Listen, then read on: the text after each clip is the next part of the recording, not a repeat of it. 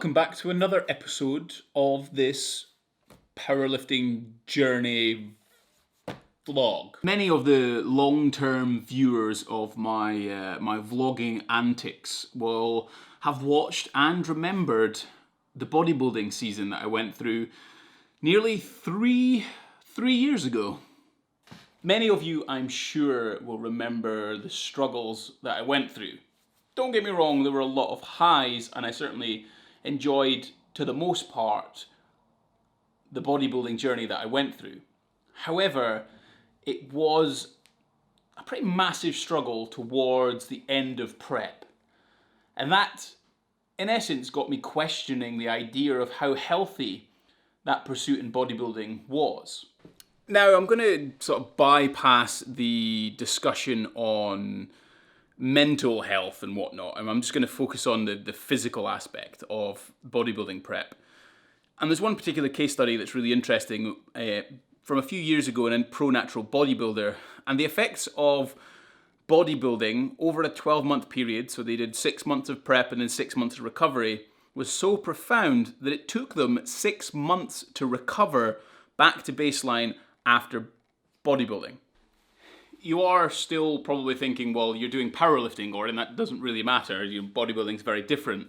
But what I wanted to maybe understand is whether or not powerlifting is actually good for us. What are the benefits, but what are also the drawbacks? The first thing I'm going to reference is a paper that took 2 million people and looked at their upper and lower body strength and your risk of mortality. So if you stay strong for the best part of your entire life, how does that affect your risk of dying? And they found, not surprisingly, that if you remain strong in the upper body and in the lower body, you're less likely to trip, you're less likely to fall, you're less likely to then break bones, which then could result in dangerous surgeries, which then could result in you dying in homes and whatnot. So ultimately, staying strong as an individual, any of you watching this, is a very good thing. We're now about 7 weeks, give or take, from my competition coming up in November, and things have been going well, and I feel pretty happy with how progress is going. My squat overall is it's feeling very smooth. It feels nice. I used to have a bit of a niggle in my bicep, that kind of refers to how healthy I'm feeling, but I have a niggle in my bicep, that's gone, and bench press is feeling really, really good. During this prep, I've actually started to incorporate paused presses rather than just repping it, like you normally would.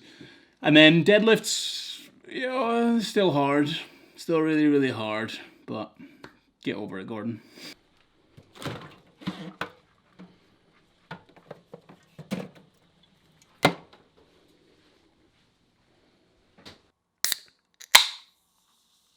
If you watched my last episode, many of you will know that I've been dieting for this, powerlifting meet, because I'm a little bit heavier than I should be, sitting at around that sort of 87 kilogram mark.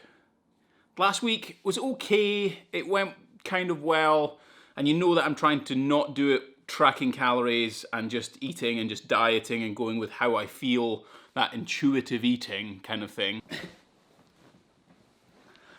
I also have a busy schedule coming up in both September and October, so I am not sure how well this dieting is going to go to get to that 83 kilo mark. When I see you, I see blood in the water, run deep, it runs deep, blood in the water, I see blood in the water, try me, you see blood in the water.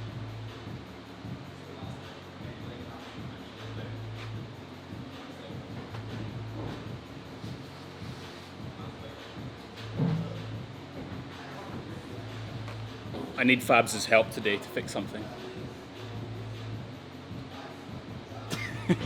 I managed to break my tripod thing one of the legs popped out, and he's the strongest man I know. I did get a, well, for some of you who don't know, but I do really like using Nova Nutrition's pre-workout Ignite, and Luke Johnson gave me a little sample of the new one. So this is going to be Ignite Orange Tangerine.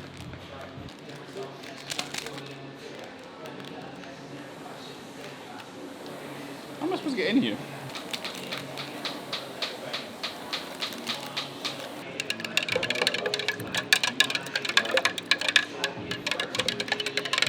Now, I haven't even tried it yet, but I'm going to let James be the first one to try it. I think he deserves a little taste because he likes he's a pre-workout connoisseur. He is the pre-workout connoisseur. Hang on. I've got to take my chewing gum out. Chewing gum out, right? Connoisseur taste. Here he goes. Smells good.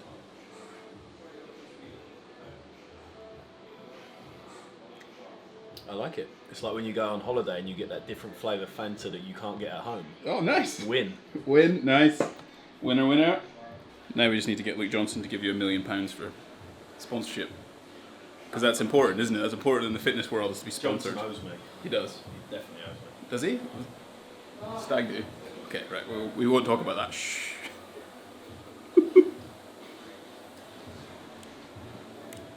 Oh yeah, that's really nice. That's a great description, actually. It tastes like the Fanta you get if you go over like Spain or whatever.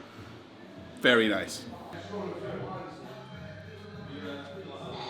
It's now time to train, and as you can see, I've got to wear my my singlet now because I'm competing soon. So I'll get back to whether it's healthy or not, but I'm not. I mean, it's pretty. If I do that. Right, sort it. Let's treat. When I see you, I see blood in the water. Run deep, it runs deep. Blood in the water. I see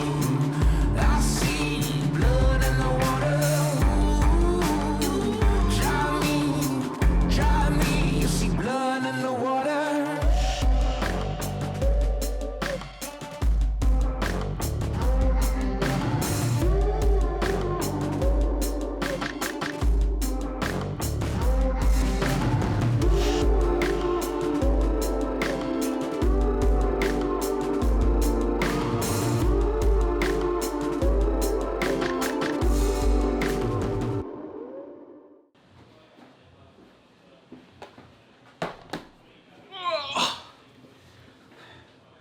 I timed today's workout because I've got like my test session on Friday, and I don't want to do it on my own, if that makes sense. Like people spotting me in the gym, the other gym that I train in Orpington, not so keen on. So I'm going to try and do it on Friday. So that's meant that I've had to do yesterday's session and today's session back to back.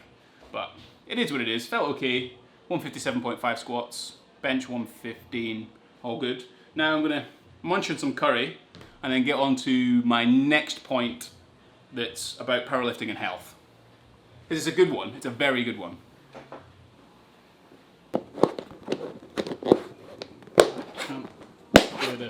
There we go. I'm going to stay in here. It's not the best location to go over things, but it'll do.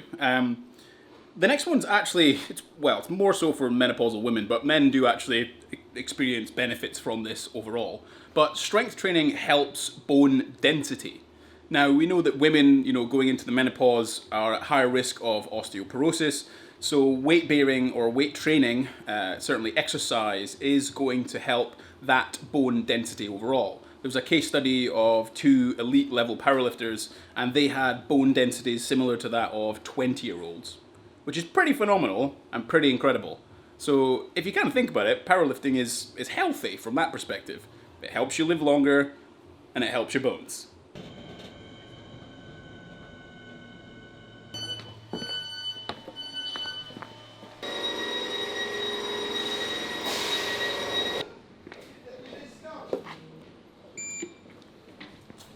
To finish off this, I don't see, you can't see everything that's in this vlog setup. I've got nice wee microphone sitting up there. I've got a key light there. I've got ring light behind me, so you can see a little kind of halo-y glow thing. Just experimenting with a few bits and pieces. And you also wouldn't have seen this. I hold this up for my white balance. But there's far too much goes into these vlogs sometimes, but I hope you enjoy the aesthetic aspect of things. And if you do like it, if you enjoy it, maybe comment down below, ask some questions, and more importantly, share things.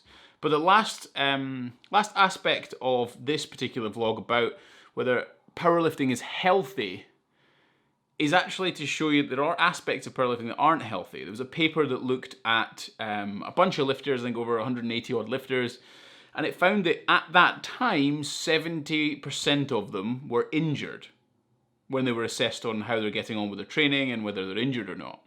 And even then, 80 odd percent of them, or 84% of them, had experienced some sort of injury. Shoulders, elbows, hips, knees, back, all sorts of things like that. The recommendations from the authors actually leads me into the last aspect of this. I think with all types of elite level sport, or certainly sport in itself, there are risks of injury.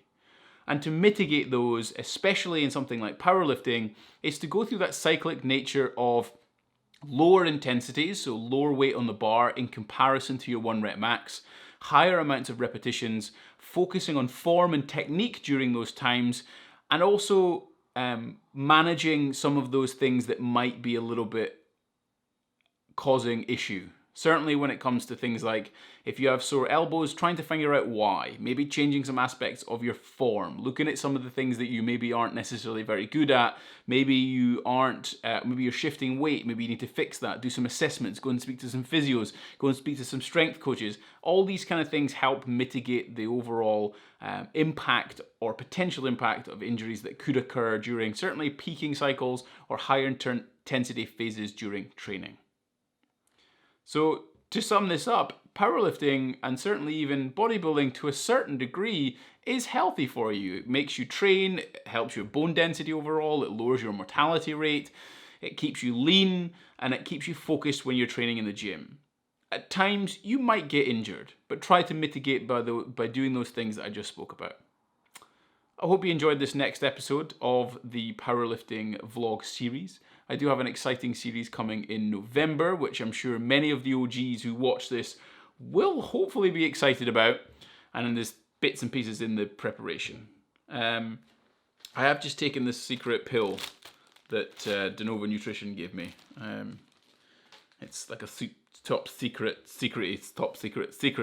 supplement. Either way, I'm battering on once again to the camera and chatting away whilst Laura's upstairs, probably listening to me. No, it still doesn't find me funny.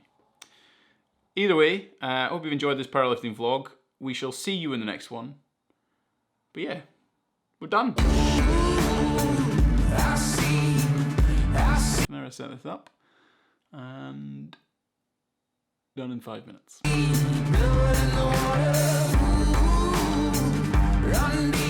Talking to myself with the camera sitting there turned on. Hope it's on. I don't have a flippy out screen on the one yet.